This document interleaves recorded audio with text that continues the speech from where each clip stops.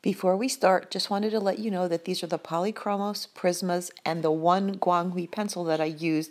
You can pause this and gather those pencils or use whatever color you like.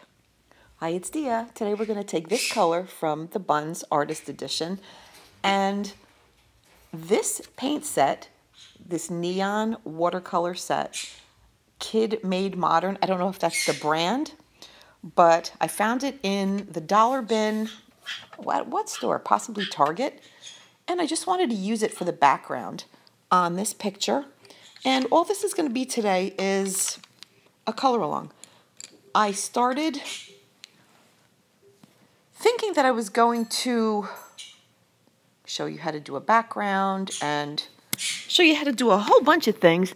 But as I was doing it, I just thought it would be fun to just do this. I think I was inspired by Anne at A Colorful Life. And at first I used the brush that came with the set, which was surprisingly good. Actually, there's two brushes in that set. And then I changed it to a much larger watercolor brush. And as you can see, the brush broke. I used the one blue color over that whole area, including the bubbles, and I'll do those another time. But I covered right over them because I have a plan for them later. This color is Guanghui 155, and my plan was to make the edge of the water brownish or like a sandy color, and then eventually blend into a grassy, woodsy area. Well, first of all, I'm happy to say that those were watercolor paints and I did it right on the book and it was fine. There was no warping, no bending, and I'm not really water heavy, meaning I don't use a lot of water. It wasn't very wet, but that being said, I let it dry for a couple minutes and went right over the top with pencils. So after the Guanghui sort of sandy edges, I wanted, like I said, to go into that grassy area, so I used cadmium yellow lemon, and I covered the background pretty basically, nothing fancy, and I'm not even that neatly, because I do most of these pictures to give you all an idea of what you can do, and then you all do it far better than I ever do in any of those videos, but I just want to be able to give you an idea of what I'm using. And if you don't have Polychromos pencils, it's no big deal. Get almost like an acidy light yellow green, or alien green like I would call it when I was a kid. Now, funny enough, the color that I'm using now is sandbar brown because, like I do so many times, I start with a lighter color than I actually end up with. I think I partially do it out of fear in the videos because I don't want to completely blow the picture. So I'm a little bit more tentative and I start with the lighter color. So it might even take me longer than it normally would. So I'm going over the top of the Guanghui 155 with the sandbar brown and with some espresso, and I'm making the edges of the water. The area by the water would be the darkest. Ooh, now that is peach beige, and I'm going in and I'm making areas a little bit muddy looking or sandy looking, because I don't want the whole thing to be grass, nor do I want the whole thing to be sand. Because if you were walking around by the edge of a river or a lake or whatever this may be, you would find patches of dirt, you would find patches of grass, you would find a whole bunch of things. So I kind of want to incorporate that.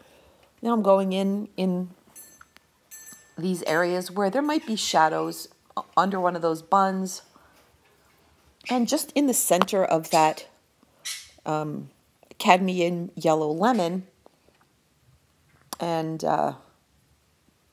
making little sandy areas. And I'm really not being super neat. I'm just trying to get the idea of where they might be. I'm going over the top of the peach beige with the sandbar brown, and I will eventually add some espresso to those areas in sort of a stipply, scumbly kind of way to make it look like it's textured. I got the idea for the buns. I just wanted to tell you this while I'm just using these light brown colors. From when I was a kid, I used to live near several parks, and we used to walk over logs, over little streams and creeks, and we would see these little fairy rings of mushrooms when I was, I don't know, probably in grammar school, and we would look for four-leaf clovers, and I was convinced that all those things were there for a reason. I don't know if I thought they were actually from fairies, but I was pretty sure that it wasn't something every day. I don't think I actually thought the buns existed, but I definitely thought that there were things that we didn't know about. Now I'm taking earth green yellowish, and I'm kind of making little roughed up half circles on top of one another. For the first layer of grass, you don't have to use my image for the first layer. You can do anything you want. You can make them triangles, you can make them complete circles, but I like to use a lightish color. Well, that's not too light, but maybe a medium color on top of the very light cadmium yellow lemon as a first color, because I like when things have layers. And real quick, while I'm doing this, I just want to remind you that I am doing a giveaway that will be over on June 1st, 2018. I'll put the link below. I'm doing it with Anne from A Colorful Life, and I'm giving, well, I should say we're giving away a pencil caddy, a 48 set of Bayland pencils, 64 pastel sticks, an Ohuhu electric eraser. What else are we giving away? Oh, Crayola dual-sided markers, and the artist's edition of the buns, which is printed on 110-pound cardstock. Now, I'm going to give one set away, and Anne's going to give one set away. So I hope you subscribe to me, and you go over there and subscribe to her, because you have to subscribe to both to be entered, but you'll have 2 chances to win. Now I'm going back and forth between a few shades. This one is Polychromos Earth Green Yellowish. I'm also using Prismacolor Moss Green and Prismacolor Apple Green to make some blades of grass and to fill in some existing leaves and blades of grass that I had drawn in the book.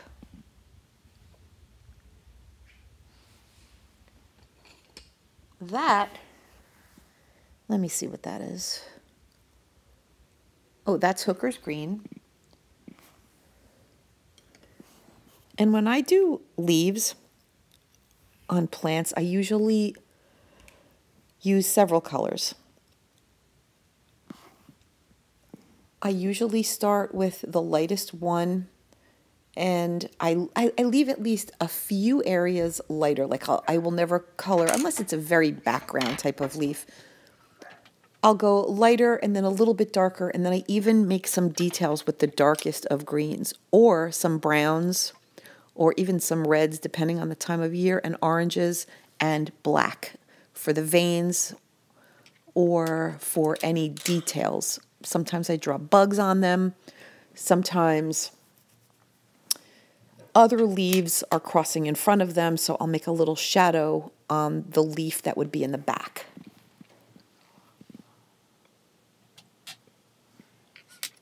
Now I'm going over some areas with espresso again, and for the rest of this, you'll see me going back and forth, making patterns with like basic little areas of grass,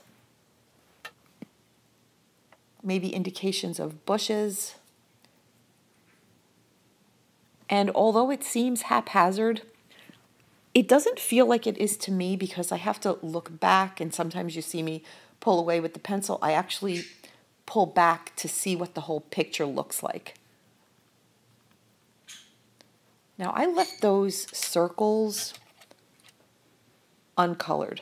Now I know that bubbles, which is what these would be, are clear, so you would see what's behind them, but I'm not quite sure how I'm going to create those bubbles yet, so I'm going to leave them. I can always go back, but it's harder to take it off once it's there. So for now, I'm leaving them clear.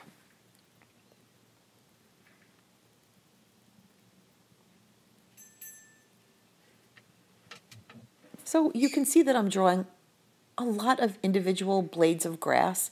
I think that would drive some people crazy. And there's certain things in coloring and drawing that drives me crazy too. But sometimes I get into like a swing or a groove of something, and I just get into it, and I just want to keep doing it. First of all, because it feels good to do it somehow. It's relaxing. And second of all, I like the results. So the combination is a double whammy of good. Now I'm starting to color in some of those leaves. That one is dark phthalo green.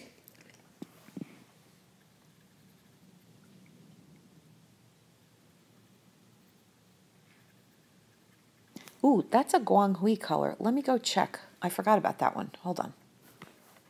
Okay, that guanghui green is 142. I'm going under some of the roots.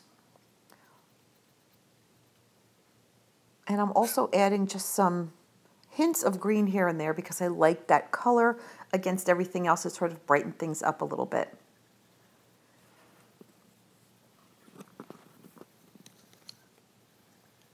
I also ended up using, that I didn't write in the beginning, oh my gosh, I was in such a hurry, I guess. I used a Prismacolor Cobalt Turquoise at one point, and also light yellow glaze from Polychromos in some of the leaves. Here's the espresso again. I kept going back and forth because, like I said at the beginning, I thought it was going to be very sandy, but there wasn't enough color to it. There just wasn't enough oomph. And I guarantee you by the end of this picture, it'll be very different even than what you see now. So like I said before, the rest of this video is going to be going back and forth quite a bit over what I've already done. And this is basically how I work. It doesn't look very good right now, but in my head, I have an idea of what I want it to look like. So I'm just going to keep on going until I eventually get where I want to go. And sometimes, especially with colored pencils, it takes a minute. And I know I started the video with the blue river, but I'm not going to go back to that today. I'm going to save that for another time because I want to figure out how to do all those bubbles so I can show you how to do the bubbles that are floating in the air and the bubbles that are floating on the river and on the soap. Now I'm going back and forth with a lot of greens. Please feel free to use any greens you like. I can give you some hints that I use when I do foliage or plants. If it's in the forest, sometimes the color at the bottom is a little bit darker, meaning the bottom of the stem or the bottom of the leaf, because it would be in a shadow a little bit more. Unless you're doing it from a teeny tiny viewpoint when you're a bug or something and you're looking up the stem, that would be a little bit different because it would be a different point of view. Oop, now I'm taking cadmium yellow lemon and I'm going over to make it look a little bit more vibrant.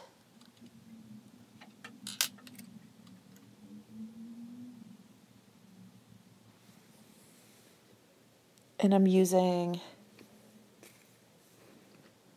what is that? That is earth green yellowish.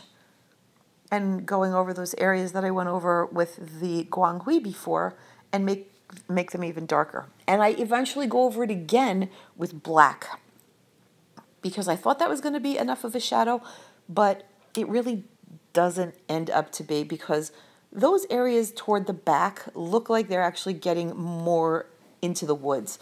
The stuff in the front might be in the clearing, meaning the buns and the plants and the bubbles and the soap, that might be in the sun a little bit more, but the images toward the back might be a little bit darker and shadowier because you can see all those trees, so it would be kind of a forest type of a situation. And that would probably cause more shadows and more darker colors to be used. So that's about it for now. I do hope you subscribe to me.